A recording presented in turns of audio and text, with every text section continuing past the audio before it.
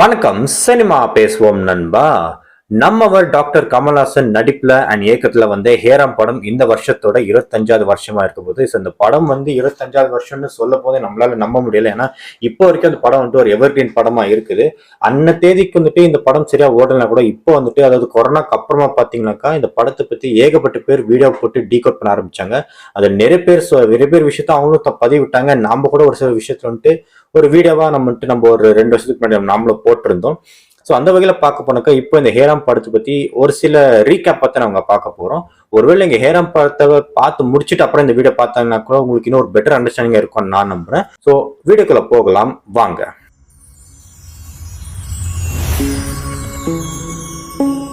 ஹேராம் படத்தோட டைட்டில் வந்துட்டு வீடியோட ஆரம்பத்தில் நாங்கள் போட்டிருந்தோம். அந்த டைட்டில் நீங்க நல்லா உத்து பார்த்தீங்கன்னாக்கா டைட்டில் மொத்தம் 3 லாங்குவேஜ்ல போட்டிருப்பாங்க.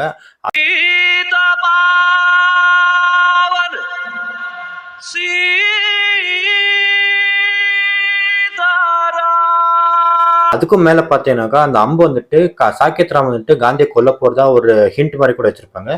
அதுக்கும் மேல நீங்க பாத்தீங்கன்னாக்கா அந்த ஒரு அம்பு வந்துட்டு காலபைரோட மீசை வந்துட்டு மீசை தான் அந்த ஒரு அம்பே இருக்கும். அதாவது நீங்க படத்தோட செகண்ட் ஹாஃப்ல நீங்க பாத்தீங்கன்னாக்கா கமல் சார் வந்துட்டு எப்போ டெல்லி கிளம்பி போகிறோம் அங்க வந்துட்டு அவரு ஒரு பைரவர் அப்படிங்கிற பேர்ல தான் அவர் இருப்பாரு. ஸோ அது பாத்தீங்கன்னாக்கா ஒரு காலபைரவர் வந்துட்டு காந்தியை கொல்ல போறதா ஒரு ஹிடன் லிட்டில் மாதிரி தான் கமல் சார் படத்துல வச்சிருப்பாரு. Can I have your name, sir? Bhairav. Yeah. K. Bhairav. Ito, even the Bhairav.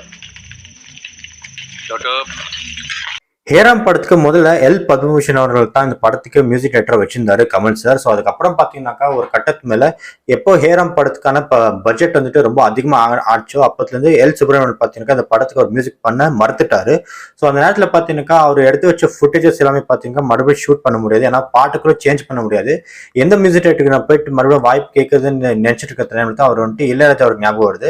So Ilaiyaraaja கிட்ட அவர் சுச்சுவேஷனை எடுத்து சொன்னாரு, இந்த மாதிரி ஹேராம் படத்துக்கு வந்துட்டு பட்ஜெட் வந்துட்டு ரொம்ப அதிகமாக போகுது, என்னால மறுபடியும் ஷூட் பண்ண முடியல கமல் சார் சொன்னப்ப பாத்தீங்கன்னாக்கா அந்த வீடியோக்கு ஏத்த மாதிரி வந்துட்டு இளையராஜா வந்துட்டு மியூசிக் கம்போஸ் பண்ணி கொடுத்தாரு. ஸோ அந்த பாட்டு தான் ராமரானாலும் பாபரானாலும் ரூட்டு ஒண்ணுதான் கேட்டு ஒண்ணுதான் ஸ்நேகிதா.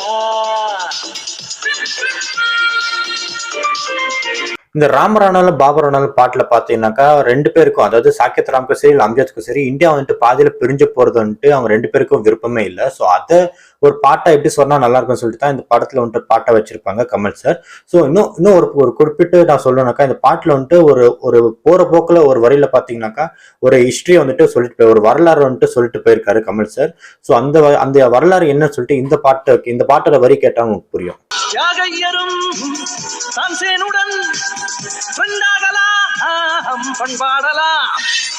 தான்சேன் 15ஆம் நூற்றாண்டுல ஒரு மிகப்பெரிய மியூசிஷியனா இருந்தவர். அதே நேரத்துல பாத்தீங்கன்னாக்கா அவரோட பாட்டுக்காகட்டும் இல்ல ஒரு கச்சேரிக்காகட்டும் மக்கள் எல்லாமே ரொம்ப ஆர்வமா இருப்பாங்க. எப்படா தான்சேன் பாட ஆரம்பிக்கான்னு சொல்லிட்டு அவர் கச்சேரியில வராத ஆட்களே இல்லை. ஸோ அப்படிப்பட்ட தான்சேன் பாத்தீங்கன்னாக்கா ரொம்பவே ஃபேமஸா இருந்த டைம் அது, அதாவது 15ஆம் நூற்றாண்டுல. அதே நேரத்துல 15ஆம் நூற்றாண்டுல அப்போ அரசரா இருந்த அக்பர் பாத்தீங்கன்னாக்கா அவரோட கோட்டையிலேயே வந்துட்டு தான்சேனை பாட அடிக்கடி கூப்பிடுவாரு. ஸோ அப்படியே அடிக்கடி கூப்பிட்ட தான்சேன் பாத்தீங்கன்னாக்கா இவங்க 2 பேருக்கும் ஒரு நல்ல ஒரு நட்பு வளர்ந்துச்சு. ஸோ தான்சேன் பாத்தீங்கன்னாக்கா அவர் ஒரு ஹிந்து, அதே நேரத்துல பாத்தீங்கன்னா அக்பர் வந்துட்டு ஒரு முஸ்லிம். ஸோ இவங்க 2 பேருக்கும் மதம் எதுவும் இல்லாம அவங்க 2 பேரையும் ஒரு இசையா அவங்களோட நட்பு வந்துட்டு ஒன்னா சேர்ந்துருக்கு சொல்லிட்டு இந்த பாட்டுல கமல் சார் ரொம்ப இன்டெரக்டா சொல்லியிருப்பாரு.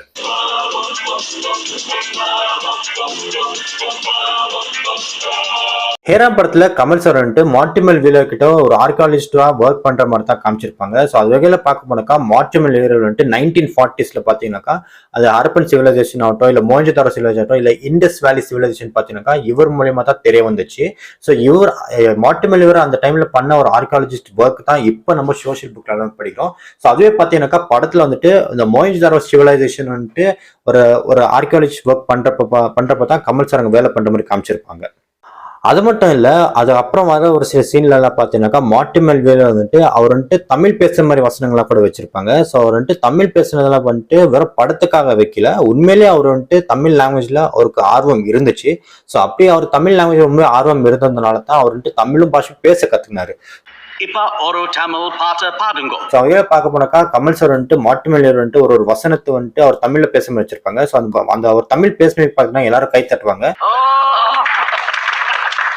I don't understand. There's applause, but no singing. So அதுக்கான கைத்தட்டல் எதுக்காகன்னு பார்த்தீங்கன்னாக்கா, The applause is for your Tamil, sir. Oh, nandri.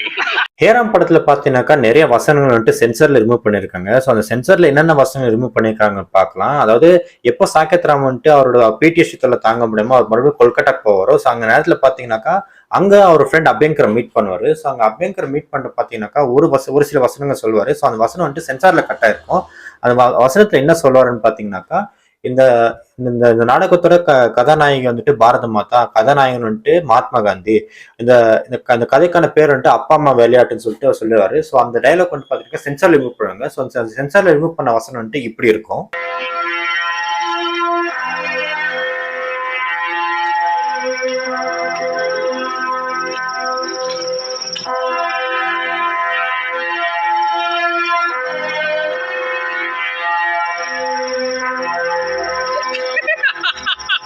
Hey Ram படத்துல செகண்ட் ஹாஃப்ல பாத்தீங்கன்னாக்கா டெல்லி கணேஷ் ஒரு சில சீன்ல வருவாங்க. ஸோ லைக் டெல்லி கணேஷ் வந்துட்டு ஹிந்து குரூப்போட ஹெட்டா காமிச்சிருப்பாங்க. ஸோ அவர் ஒரு ஹிந்து குரூப்பா ஹெட்டா இருக்கிறவன்ட்டு அவர் ஒரு கேள்வி கேட்பாரு கமல் சார் கிட்ட. I am Chari. Are you from Gwalior unit? Gwalior unit யாருன்னு பாத்தீங்கன்னாக்கா இந்த ஒரு குரூப் தான் வந்துட்டு நாத்ராம் கோட்சே ஒரு குரூப்புக்கு வந்துட்டு அவங்க ஆயுதங்கள் சப்ளை பண்ணிட்டு இருந்தாங்க. இது வெறும் நாத்ராம் கோட்சே குரூப் மட்டும் இல்லை, இன்னும் வேற குரூப்ஸ் எல்லாம் கூட இருக்காங்க. ஸோ அது வேற பாத்தீங்கன்னா படத்துல பாத்தீங்கன்னா வந்துட்டு ஒரு மகாராஜா வந்துட்டு நம்ம ஒரு காந்தியை கொலை பண்ணணும்னு அப்படியே ஒரு திட்டத்தை எடுக்கிறாரு. ஸோ எதுக்காக பாத்தீங்கன்னாக்கா மகாராஜா வந்துட்டு எதுக்கு காந்தியை கொலை பண்ணணும்னு பிளான் இருக்குன்னு பாத்தீங்கன்னாக்கா, அதாவது 1947 நடந்த ஒரு சில அரசியல் மாற்றங்களால நிறைய இந்த ராஜாக்களோட இடங்களாகட்டும் அவங்க சுத்தி இருக்கிற இடங்கள் எல்லாமே பாத்தீங்கன்னாக்கா கவர்மெண்ட் ஆக்குபை பண்ணிக்கிறாங்க. ஸோ அப்படி இனிமேல் அந்த ராஜ்யங்களுக்கே அந்த இடத்துல ஆகட்டும் இல்லை அந்த மக்களுக்காகட்டும் எந்த ஒரு உரிமை இல்லை, இனிமேல் கவர்மெண்ட் தான் எல்லாமே ஆளணும்ட்டு எப்போ சர்தார் வல்லபாய் பட்டேல் ஒரு ரூல்ஸ் போட்டாரோ அது வந்துட்டு காந்தி மேல எஃபெக்ட் ஜாஸ்தி திணிக்கப்பட்டுச்சு. ஸோ அப்படி பார்க்க போனாக்கா ஒரு ஒட்டுமொத்த ஹிந்து குரூப்பே வந்து பாத்தீங்கன்னாக்கா காந்தியோருக்கு ஒரு எதிர்ப்பாகவும் இருந்துச்சு. ஒரு சில ஹிந்து குரூப் சொல்றேன், எல்லாரும் சொல்ல, ஒரு சில ஹிந்து குரூப் சொல்றேன் அதாவது அந்த டைம்ல. ஸோ அப்படி பார்க்க போனாக்கா காந்தியோட வந்துட்டு முஸ்லீம் சப்போர்ட் பண்ணதாகட்டும் இல்ல நடந்த மகாராஜாக்கு நடந்த அந்த அநீதிகளை பாத்தீங்கன்னாக்கா காந்திக்கு மிகப்பெரிய ஒரு பாதிப்பு ஏற்பட்டுச்சு. ஸோ அந்த வகையில பார்க்க போனாக்கா இந்த படத்துல வந்துட்டு ஏகப்பட்ட பேர் காந்தியை வந்துட்டு ஒரு வில்லனை பாக்குறாங்கன்னு சொல்லிட்டு கமல் சார் இந்த படத்துல சொல்லியிருப்பாரு. இன்னும் அதே நேரத்துல பாத்தீங்கன்னாக்கா 1947 ஒரு பக்கம் இண்டிபெண்டன்ஸ் இந்தியாவுக்கு வந்திருந்தா கூட இன்னொரு பக்கம் பாத்தீங்கன்னாக்கா பார்ட்டிஷன் அப்படிங்கிற ஒரு மிகப்பெரிய தலைவலி போத் இந்தியா அண்ட் பாகிஸ்தான் நாட்டுக்கும் வந்துச்சு. ஸோ அந்த ஒரு நாளுக்கு தான் வந்துட்டு பாகிஸ்தான்ங்கிற நாடும் பிறந்துச்சு. ஸோ அந்த நேரத்துல பாத்தீங்கன்னா பாகிஸ்தான் நாடு வந்துட்டு எப்போ பிறந்துச்சு, அப்போ அங்க பாகிஸ்தான்ல ஹிந்துஸ் எல்லாமே அடிச்சு துரத்தப்பட்டாங்க முஸ்லிம்ஸ்னால. ஸோ அவங்க அதை அடிச்சு துரத்த மட்டும் படல, அந்த நேரத்துல பாத்தீங்கன்னாக்கா அவங்களோட வீடாகட்டும் அவங்க நிலமாகட்டும் அவங்களோட குடும்பம் எல்லாம் பாத்தீங்கன்னாக்கா ரொம்பவே ஒரு பாதிப்புகளான ஒரு சம்பவம் தான் இருந்துச்சு. இன்னும் சொல்ல போனாக்கா அதுல பாதிக்கப்பட்டது அதிகமாக யாருன்னு பாத்தீங்கன்னா பெண்கள் தான். பெண்கள் எல்லாமே பாத்தீங்கன்னாக்கா இந்த முஸ்லிம்ஸ் எல்லாமே கற்பழிச்சு துரத்தப்பட்டாங்க. இன்னும் ஒரு சில பேர் பாத்தீங்கன்னாக்கா அந்த கூட்டத்துல இருந்து வர நேரத்துல பாத்தீங்கன்னா நிறைய பேர் வந்துட்டு கை தவறியும் போயிருக்காங்க. அட் சேம் டைம் இப்போ வரைக்கும் எங்க போயிருக்காங்கன்னு சொல்லிட்டு ஒரு மிஸ்ஸிங் கேஸா கூட இருக்குது. ஸோ அந்த வகையில பார்க்க போனாக்கா இங்க இந்தியாவில இருந்து ஹிந்துஸ்க்கு எல்லாம் பாத்தீங்கன்னா ஒரு மிகப்பெரிய ஒரு வன்மம் வந்துட்டு முஸ்லிம்ஸ் மேல இருந்துச்சு. அதனாலதான் இங்க இருக்கிற முஸ்லிம்ஸ் எல்லாமே கூட அடிச்சு துரத்தப்பட்டாங்க அந்த நேரத்துல. ஸோ அப்படி பார்க்க போனாக்கா இங்க வந்துட்டு இந்தியாவில வந்துட்டு எந்த முஸ்லிம்ஸும் இருக்கக்கூடாதுன்னு சொல்லிட்டு ஹிந்து குரூப் எல்லாமே காந்தி கிட்ட கேட்டப்போ பாத்தீங்கன்னாக்கா காந்தி அவர் வந்துட்டு அதுக்கு மறுத்துட்டாரு. இன்னொரு பக்கம் பார்க்க போனாக்கா பாகிஸ்தான் வந்துட்டு ஒரு முஸ்லீம் நாடா இருக்குது. ஸோ அதே மாதிரி தான் இந்தியா ஒரு ஹிந்து நாடா பண்ணணும்னு சொல்லிட்டு மக்கள் எல்லாம் கேட்டிருந்தப்ப பாத்தீங்கன்னாக்கா அதுக்கும் காந்தி மறுத்தாரு. இல்ல இந்தியாவில எல்லாமே சமம் தான் அப்படின்னு காந்தி சொல்லிட்டாரு. ஸோ இந்த ஒரு விஷயத்தினால தான் நிறைய ஹிந்து குரூப்ஸ் வந்துட்டு விட்டா இவரு நம்ம சார்பா இருக்க மாட்டாரு, அவங்க சார்பா தான் நிக்குவாரு அப்படிங்கிற ஒரு மைண்ட் செட்னால நிறைய பேர் வந்துட்டு காந்தியை கொலை பண்ண ஆரம்பிச்சாங்க. ஸோ அந்த ஒரு குரூப்பை சேர்ந்தவர் தான் நம்மளோட சாக்கெத் ராம். ஸோ சாக்கெத் ராம் வந்துட்டு அவர் முஸ்லிம்ஸ் மூலியமா தான் அவரோட கேர்ள் ஃப்ரெண்ட் அப்பர்ணா வந்துட்டு கொல்லப்பட்டாங்க. ஸோ அவரும் வந்துட்டு இவரோட மகாராஜா குரூப்ல வழியா போயிட்டு காந்தியை கொலை பண்ணதான் ஒரு பிளான்ல இருக்கிறாரு.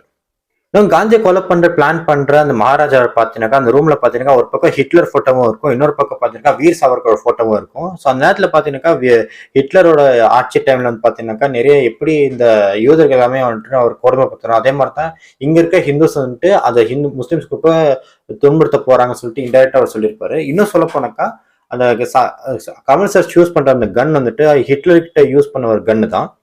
ஸோ இந்த பார்ட்டிஷன் ஆனப்போ பார்த்தீங்கன்னாக்கா ஏகப்பட்ட பேர் எவ்வளோ பேர் துன்பங்களை அனுபவிச்சாலும், அதாவது போத் பாகிஸ்தான்லேருந்து வந்த ஹிந்துஸ் ஆகட்டும் இல்லை இந்தியாவிலேருந்து போன முஸ்லீம்ஸ் ஆகட்டும், இவங்க ரெண்டு பேரும் எப்படி பாதிக்கப்பட்டாங்கன்னு சொல்லிட்டு படத்தில் கமல் சாரோட ஃப்ரெண்டா நடிச்ச லால்வாணி அந்த ஒரு சீன்ல அவர் சொல்ற அந்த ஒரு வசனத்துல நமக்கு தெரிய வருது எப்பேற்பட்ட ஒரு வலி வந்துட்டு அந்த நேரத்துல பாகிஸ்தானின் வந்த ஒரு முஸ்லிம்ஸ்காகட்டும் இல்ல பாகிஸ்தான் வந்த ஒரு ஹிந்துஸ்காகட்டும் இல்ல இந்தியால இருந்து போன ஒரு ஹிந்துஸ்காகட்டும் அந்த வலி அந்த பார்ட்டிஷன் எப்படி இருந்துச்சுன்னு சொல்லிட்டு அந்த சீன்ல சொல்லியிருப்பாரு கமல் சார். இதுக்காகவே கமல் சார் நம்ம ஹேட்ஸ் ஆஃப் சொன்னா தப்பே இல்லை.